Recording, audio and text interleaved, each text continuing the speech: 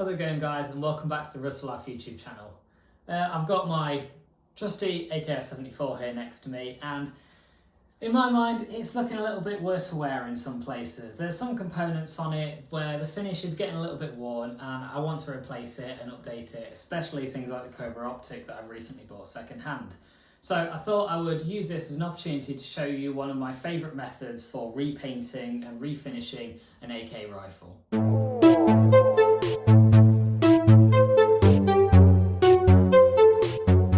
Now, some of you may be aware, some of you may not, that the actual AK rifles following on from the AKM have all had a black phosphate finish applied to them. This includes the AKM itself in later iterations, the AK-74 and all of its family, the AK-100 family, and the most recent AK-12, all of which you'll find a lot more detail about in a video that's coming down the line where I talk about every single AK variant in detail that there has ever been. So watch out for that. So this black phosphate finish that we have on the rifles is quite difficult to replicate in most terms, and especially when you're mass producing rifles like the airsoft companies are, the finish doesn't necessarily need to be as durable for them, and it doesn't need to be as heat resistant, etc., because a lot of people will repaint them and do other things to them. So their main concern is getting the general look right rather than getting it spot on. And phosphate is much more harder wearing, but it also costs a lot more and takes a lot more to set up compared to just painting the rifles. What we have here is a really nice method, I find, of taking your gun, especially if it's something like a VFC, a cheaper Cymer, or an E&L, which have finishes that either aren't quite right, or especially in the case of the E&L, struggle a lot when it comes to longevity of the rifle. Having a blued finish like they do means that they generally get rusty quite a bit, and putting some coating like this on it and getting rid of all that rust will definitely help extend the life of the parts of your rifle. So how do we do it? Well, it's fairly easy, and everything that you need to do it can generally be found from a hardware store nearby or going to a couple of places. The main thing is paint, obviously, and for this I really recommend using this Hammerite Direct to Rust metal paint, specifically in the satin black variant, as it gives the best look compared to the real finish. Now, there are a few alternatives you can use for this, and Hammerite isn't available in all countries, but here in the UK we can easily pick it up at somewhere like Halfords or any other auto centre or DIY place. You can also use other ones with varying finish. So here I have a kind of standard satin black paint. This is just from Wilko. It's a nice cheap one if you need something a bit cheaper, though these are only about £12 a can, about $15 if you're in the US probably. You can also use Rust-Oleum, though I'm not exactly sure which one of that brand gives the best finish. And there is also the option of using kind of a more matted looking barbecue paint or high temperature stove paint, sometimes used for car engines as well. Now, something I don't do, but I have seen others do, I think this gives a good enough finish, as you can see on some of the front end parts and the main body of this rifle that has already had it done to it once. But other people have suggested that applying something like a matte lacquer over it gives it a little bit of a more accurate finish.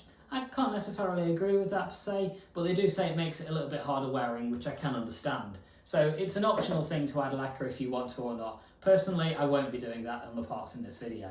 So when it comes to the method, now that you've got your paint sorted, it's quite a simple one, though it does take a couple of days to do due to time waiting. But first thing you need to do is take off all the components from your rifle that you want to paint. Now, if you're doing a whole gun, I would really suggest stripping it down to piece part level, taking out your gearbox, etc. I know when you're maybe respraying it and painting it externally to go green or go for a camo, a lot of the time you would generally do that when it is all together assembled to get a cohesive look. But for this one, you really want to get all those details, and especially if you've got a gun that's starting to rust in places, you really need to get into those edges where it's rusting so you can give it a new coat and secure it for future.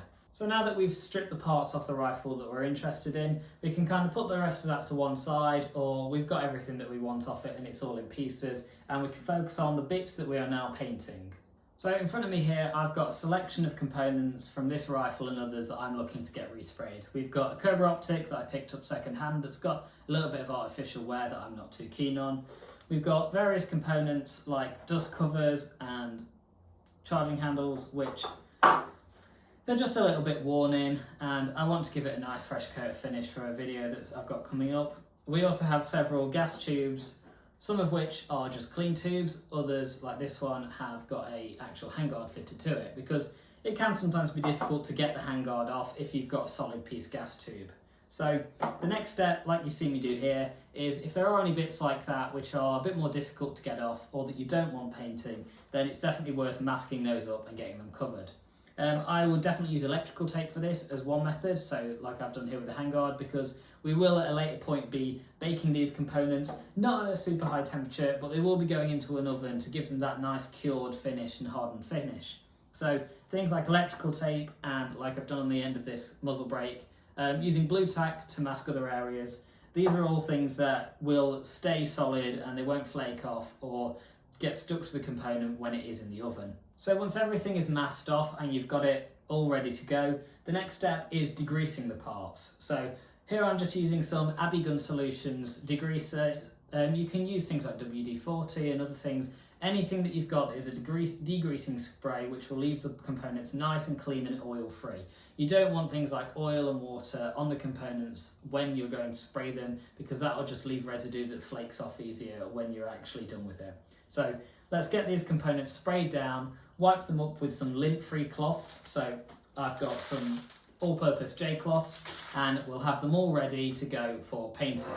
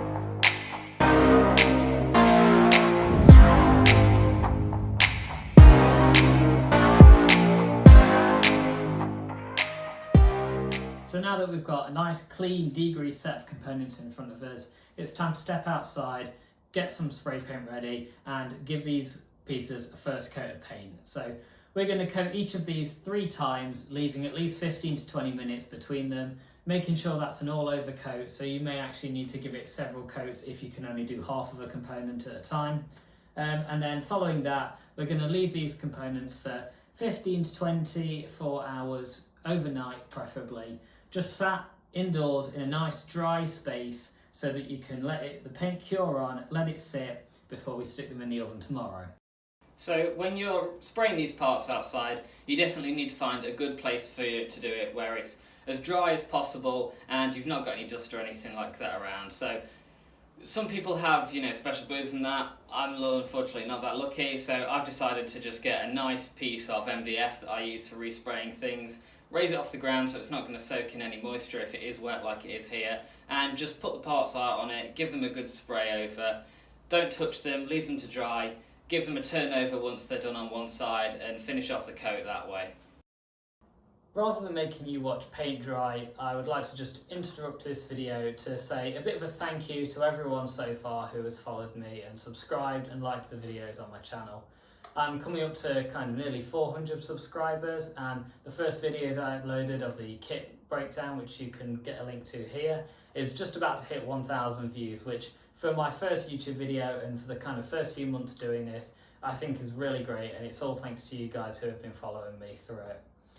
I'd also like to say, remember to just subscribe, like and comment on this video if you've enjoyed it. It really helps put me up there and get me out, and make sure to share it to your friends. There's a lot of people who I think would enjoy this video and find it useful, especially within the Rusforlife community.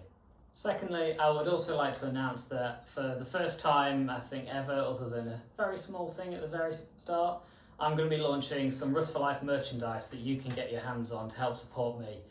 I know there's a lot of you that do follow me out there on Instagram and Facebook that maybe haven't seen much of my YouTube stuff, and those of you on YouTube have maybe not seen my other stuff or followed me for as long, but I have been going on other platforms for about 2 years now, and there's been people throughout the times asking me when am I going to bring out, something that they can help support me with, because while they're interested in Russian kit, they don't really buy it themselves and they're not kit builders themselves. So I've decided to bring out a small line of merchandise where people can buy it, and all the funds from it will go straight into helping me build my channel, help build kits and help show you guys awesome videos. So in this first merchandise release, we've got some really great items that I hope you're going to enjoy.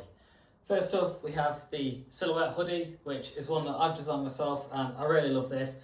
The material as well of these is really comfortable, and I've been wearing this for days since I got it. We have the Chechenko beanie, which is a little bit of a play and a little bit of a meme that I hope some of you get. I'd really love to see some of you wearing these Chechenkas with otherwise perfectly standard and well put together Russian impressions. I think it would really, bring a bit of humour to the scene. On top of that, we have a t-shirt, which you can see on a photo here, as well as a selection of stickers. Now, as you can see on my 105 here, I've got some of the smaller size stickers. This is the 3-inch that fit lovely on the side of a magazine. I also have 5.5-inch larger stickers, which you can see photos of here, that work great on things like gun cases, as bumper stickers like I've got them, or on things like water bottles and stuff as well. The last thing for this collection is one of these really awesome enamel mugs. Now, these are great little bits of kit, and you can use them for milsims, camping, or just generally using them around the house or at work to show your love for Rusful gear.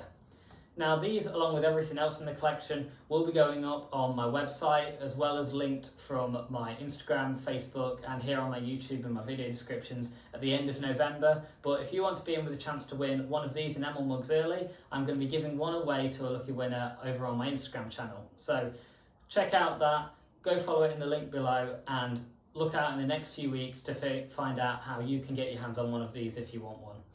I've really enjoyed making all of this kit for you, so I hope you guys love it, and I hope some of you purchase it, because I just want to see people wearing it, really. So now that we've got the parts painted and they've cured for at least 24 hours after the final coat, it's ready to get them in the oven. So I've set both of my ovens here to 2 different temperatures, because I'm looking to use 2 different heats and 2 different times for various parts depending on what they've got on them. So for parts like this Cobra Optic, where it's got some plastic bits to it and some bits that I'm not quite sure of the strength of, I'm going to be putting that in my top oven at 100 degrees C. I'll put a Fahrenheit translation for that in the video, for 1 hour. The bottom oven, we can take our metal only parts like this dust cover and put them in there at 150 degrees C for 1.5 hours. So we're going to get all the parts ready now to go in the oven. So to avoid damaging our oven and to avoid getting any residue or materials in there that are from the parts, if anything fails in them, or just from the paint in general, we're going to be using lined baking trays.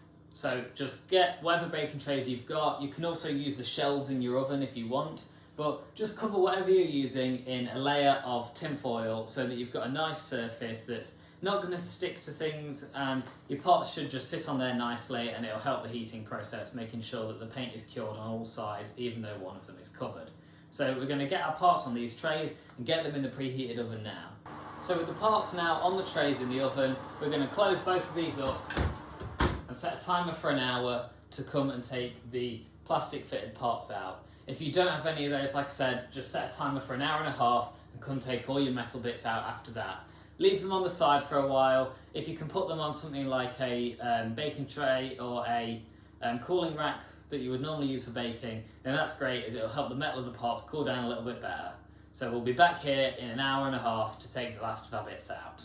So now the 1.5 hours is up and everything is out of the oven and safely on a cooling rack, where it will sit for about 1 hour to cool down. Usually these parts can cool quite quickly. It depends on the metal and how thick it is. If you've got something like a receiver or a larger part, it'll take 1 hour. So leave everything for about 1 hour or so and it'll all be nicely cooled down for you to handle it. I would also recommend leaving your oven open at this time, or if you have a fan assisted oven, leaving it closed and leaving that fan on for a while and opening your windows, because it does smell horribly like paint in our kitchen now, and you want to make sure that you don't get any of that kind of scent in your food when you're eating later. So pop the oven on fan, open the window and leave it for a bit, and I'll see you back in the studio when these are cooled down. So here we are back in the studio to finish things up, and as you can see I've already reinstalled everything onto my AKS-74 next to me that I had repainted. So we've got the dust cover, the gas tube, which was done with the plastic handguard fitted to it, as was this one, and also the nice little muzzle brake at the end, which now are all matching, they're all nice and clean, and as I said before, I think this gives a really nice finish to the rifle. We've got a few other parts down here on the table which are for some of my other builds or for other things. So we've got a nice B13 Zenitco clone rail.